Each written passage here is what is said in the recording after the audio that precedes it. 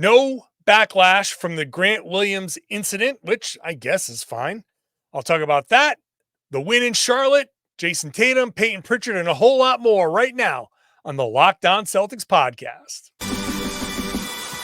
Thanks to Blockbuster brand, it's holiday season, drop Jrue in the mix. And 3 from KP, no we not on the Knicks. Flushing competition like Al on Giannis. Juice and Big Juice, still Beantown's finest. Banner 18 going up in the rafters. Watch the C's game in Locked On after. Karalis on the breakdown, clutch like a tip from D. White on the breakdown. John on the mic, documenting domination. Matter pen a back bay, it's all C's nation. Rain and J's, how we started, raising business, how we finish. Locked On Celtics pod, home of the winners.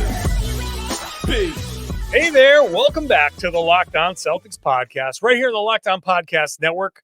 It's your team every day. I got you covered every day, like literally every day right now, but normally Monday through Friday, bonus podcasts when they play. So lots of podcasting right now for you. It's all free. It's all dropped directly to your device when you subscribed. So make sure you do that. Watch the show on YouTube, get into the comment section.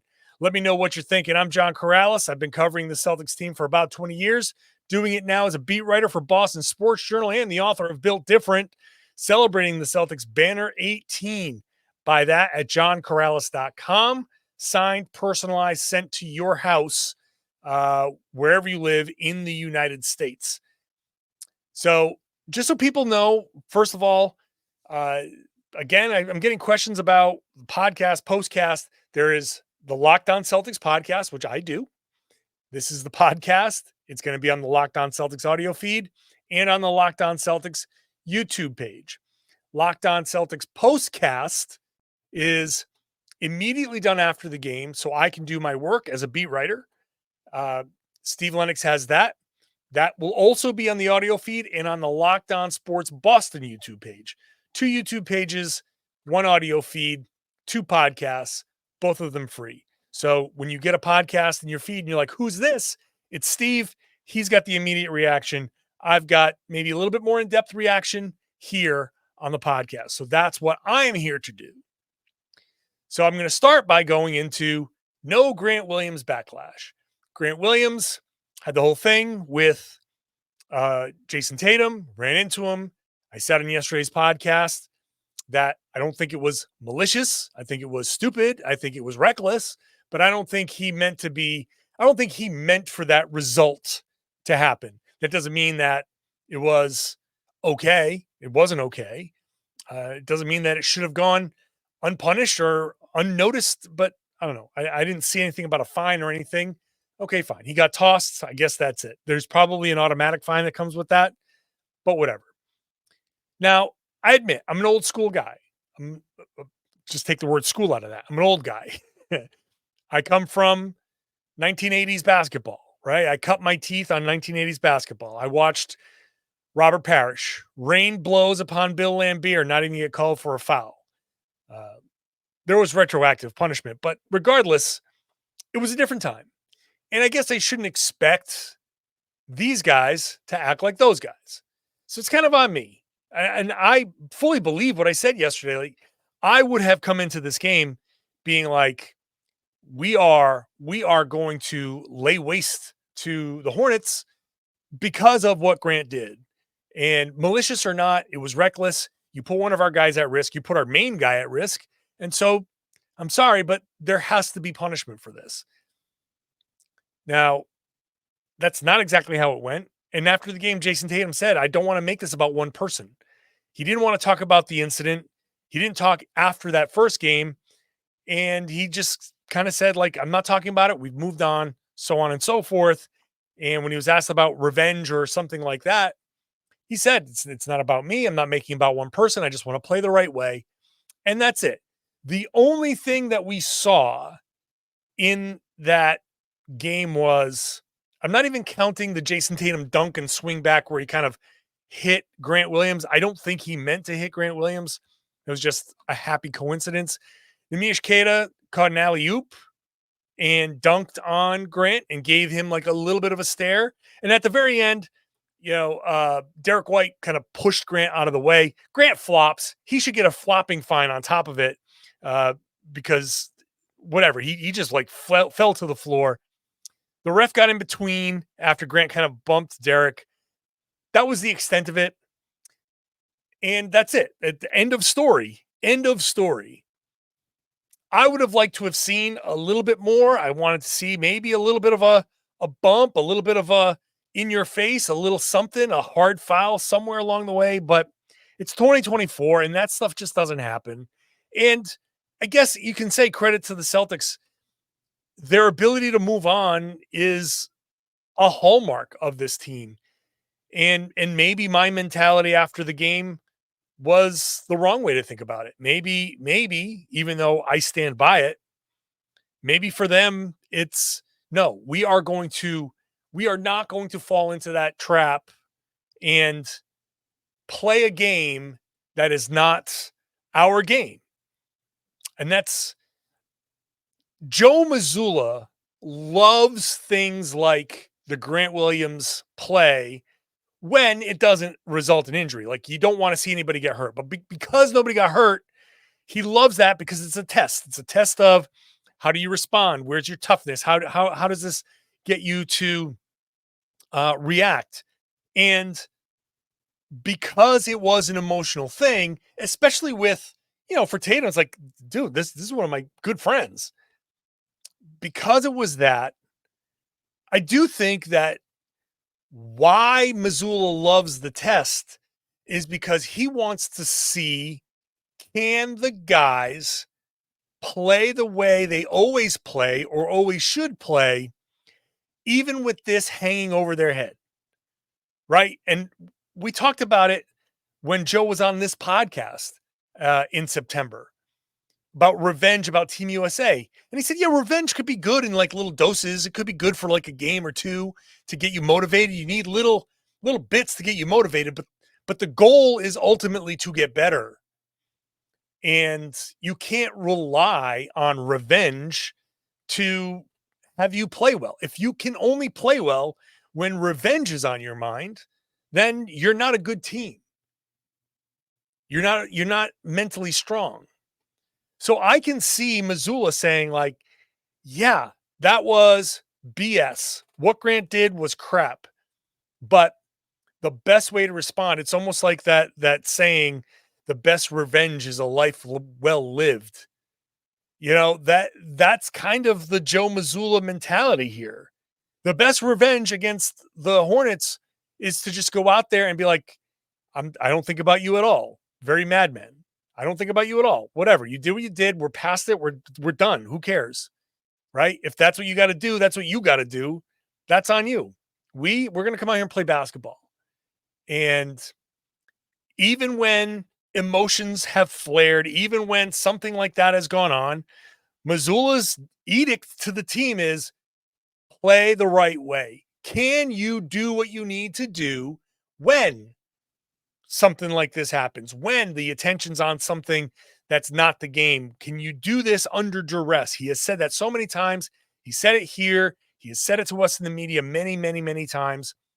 Can you do what you're supposed to do under duress? And I guess this qualifies. And in the first half, they did what they were supposed to do.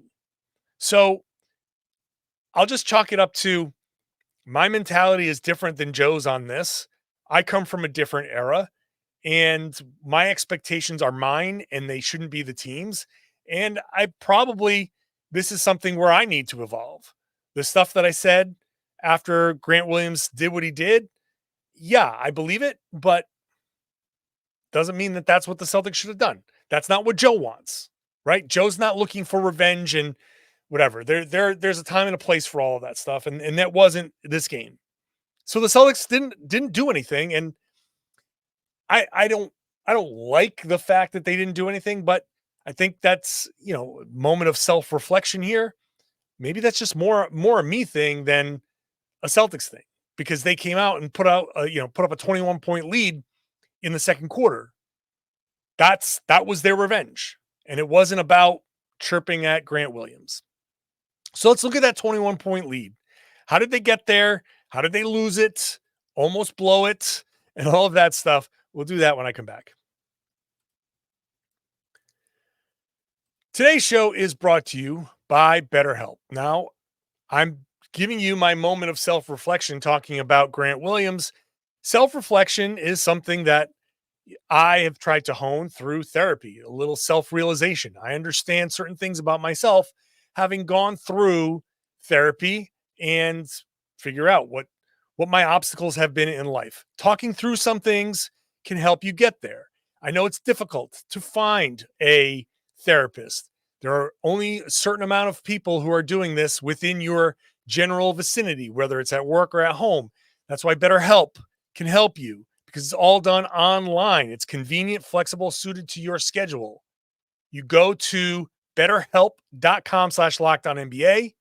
You fill out a brief questionnaire. You get matched with a licensed therapist. You don't have to go searching for one. You get matched with one right away. If you do not click with that therapist, you can switch at any time for no additional charge. So that really lifts a burden off of you. Now, you keep going until you find somebody that clicks, whether it's the first person or the fifth. You find somebody that you click with.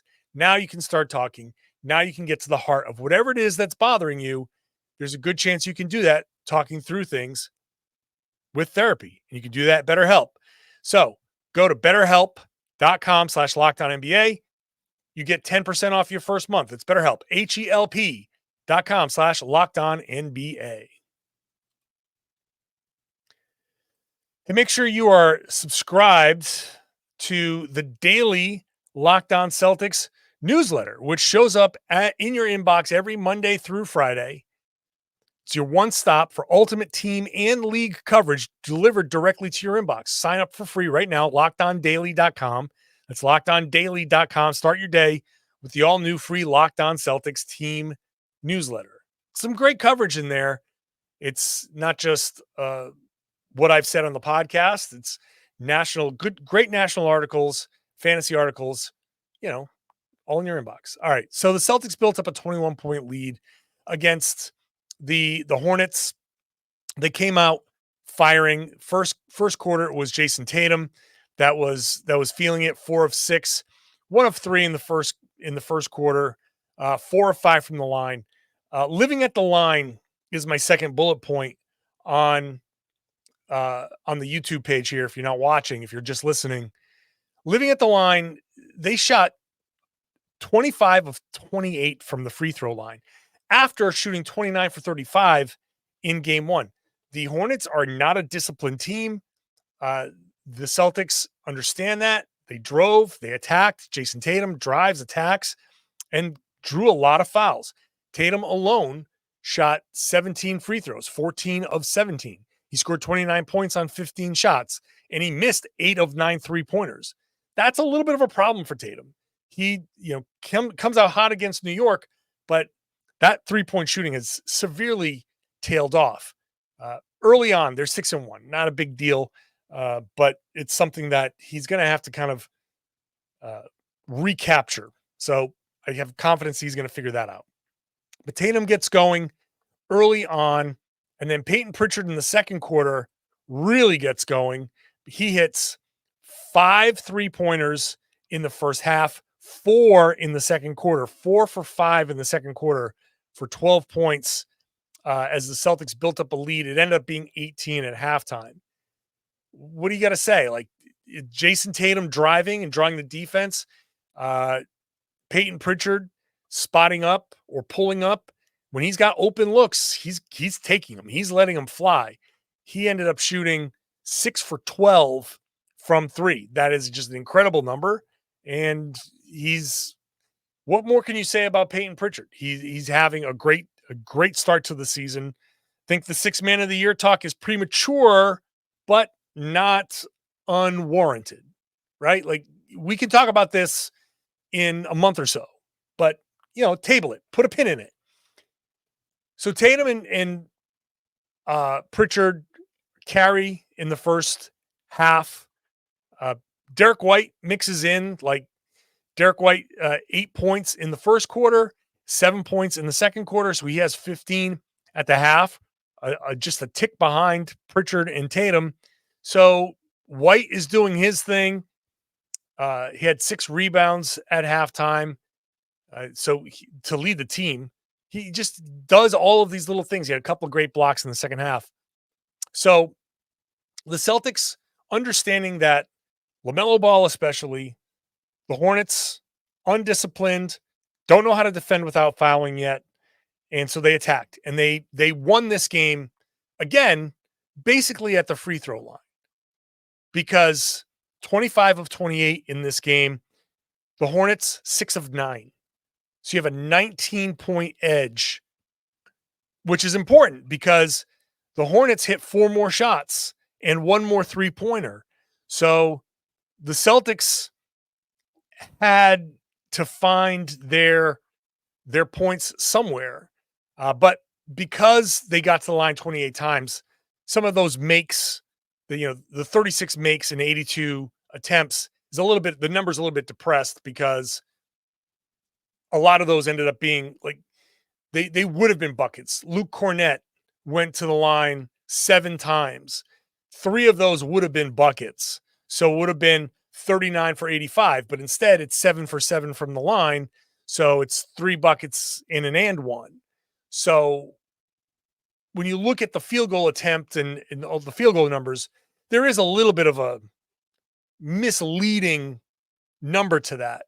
But the Celtics getting that 19-point advantage at the free throw line to win by 10. So obviously super important. Third quarter, they come out sloppy, just completely sloppy. I characterized it as nearly collapsing. They avoided a total collapse because they come out, it's a 5-0 run, quick 5-0 run, but the Hornets miss a couple of shots, but Joe Mazzulla doesn't like the shots that they're giving up. So he calls a timeout a couple minutes into the third quarter. And I see it on Twitter. People are like, oh, good timeout, good timeout. Great timeout, Joe. And it was a good timeout. He didn't like how things were going. And he's like, okay, let's call this timeout. After the game, Joe referenced this, so I'm going to bring it up. He's like, oh yeah, good timeout, huh? They came out after the timeout and went on another 8-0 run, which is exactly what they did. They were 5-0, then another 8-0 run. So they were at 13-0, was 17-2 at one point. Gets down to 3 points, right? 70-67. The Celtics come out sloppy. And like Luke Kornet played great, but when they play sloppy, the passes to Kornet weren't there. The spacing wasn't really there. He'd fumble a couple of those passes, so the timing was off. A little too much on the isolations. Not really moving the ball. They weren't reading the game the right way. The passing wasn't crisp. The timing, everything was just off in the third quarter. Now, I don't know why. Maybe it's because they had a 21-point lead and things seemed to be easy.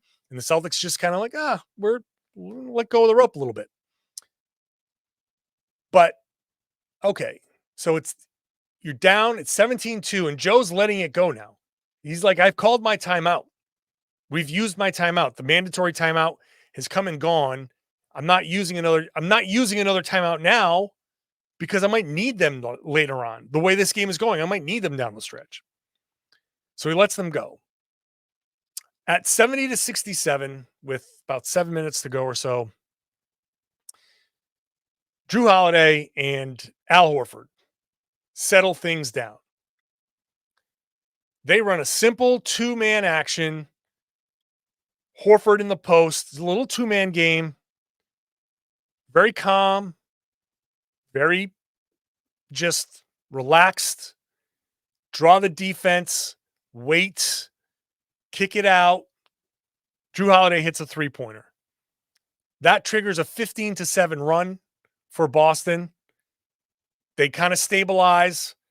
11-point lead going into the fourth quarter. The fourth quarter is basically played even, and they were never truly threatened after that. You know what I'm going to say? Clutch shots do not have to happen in the last few minutes of a close game. The most important shot of the game was Jrue Holiday hitting that 3-pointer to make it 73-67 and turn things around. That was the most important basket of the game. And it came in the middle of the third quarter or so, and it stopped their run, and the Celtics settled down. That third quarter was gonna go very, very poorly. They ended up losing it by 7. Okay, that's doable. The Celtics recovered and did what they had to do to get the win on the back-to-back nights and leave Charlotte with the sweep. So that was a huge shot from Jrue Holiday. Talk a little bit more about that. Talk about double bigs. What does that mean? Why are the Celtics going double big? Talk about that when I come back. Today's show is brought to you by FanDuel. Get ready to tackle the NFL action with FanDuel. It's America's #1 sports book. Right now, when you, a new customer, signs up at FanDuel.com and places a $5 bet, you'll get $150 in bonus bets if you win. So go check it out. FanDuel Sportsbook app gives you everything you need to place live bets on the NFL all in one place. So when you get a hunch in the middle of the game, you can check out the latest stats, look at live play-by-play, and so much more, all on the same page where you place your bets. So go join at FanDuel.com today. You'll get started with $150 in bonus bets if you win your first $5 bet. That's FanDuel.com. Never waste a hunch. Make every moment more with FanDuel, an official sportsbook partner of the NFL. Thanks for making Locked On Celtics your first listen every day. Go check out Locked On NBA. We are 7 days a week now. Jake Madison and I have moved to the Friday show, which is fun. So check us out all week long, every day. After the games are over, we'll be covering all the games, all the big stories in the NBA on Locked On NBA. Make it your second listen after you're done with Locked On Celtics. I didn't even touch Jaylen Brown out with the hip flexor strain, which not that big of a deal. He's been playing through it, according to Joe Mazzulla. Maybe that explains his 3-point shooting. Hip flexor, that's tough. You maybe not getting as much height, as much power on your jumps. Maybe it's not giving you the base that you need to get those 3-pointers up. I don't know. He's looked okay, right? He's gotten to the rim. He's finished with some dunks. It's not like he's nailed to the ground, but he said after the loss to Indiana that, it happens and some guys are working through injuries and stuff like that. Maybe he was just talking about himself. So we'll see how much this impacts Jaylen. We'll see if he plays in Atlanta. Maybe this was just a way to give him the night off on the back-to-back so he could play in Atlanta. He's going home. He probably wants to play in front of his home crowd. But if he's not ready, he's not ready. So we'll see. Without Jaylen, and we've seen this when they've been down, the Celtics are going double big. They started with the jumbo lineup, and it's interesting to see, okay, going double big, it worked. And then, some issues in that third quarter, because when it's not running perfectly, you run into spacing issues. So you have to be efficient. You have to run your offense. You have to make sure the ball is moving, that the spacing is correct, because if you get a little too overloaded, then you get two bigs, jamming up the lane, and that could be a contributor to why there was a little bit more ISO. But it's interesting that they go Kornet, Horford instead of maybe Pritchard or Sam Hauser. Why not? Or hell, even Jordan Walsh. But I would say Sam Hauser might be maybe the best option, but no, because the Hornets bench is capable of scoring a lot. So you need to make sure that you have some scoring off that bench. So you keep Pritchard there, you keep Hauser there. Hauser, did a pretty good job. Pritchard obviously carries the bench. And you go double big, but it just tells me that you can't trust Jordan Walsh. You can't trust Jaden Springer. If the Celtics could trust those guys, they might start those guys. They did give O'Shea Brissett spot starts. So it does give me like pause to think about, Lonnie Walker was right there, but the Celtics are 6-1. The counterpoint is you only lost one game so far. Is winning that one extra game in October worth all of the many millions in salary and taxes that you might have spent? They might argue no. It's not my money, so I'm saying like, no, you should have signed him anyway. But regardless, it's just interesting that they go double big because that's, without Porzingis, that's the lineup you can trust the most. And with Pritchard and Hauser off the bench, you at least keep some scoring there, and you can work your rotation to include one of those bigs. You throw Nemish Keita in there, who was up and down, but he had mostly a pretty good game. Like that's a group that you can run with. It was very interesting in the fourth quarter. They put out, was it Pritchard?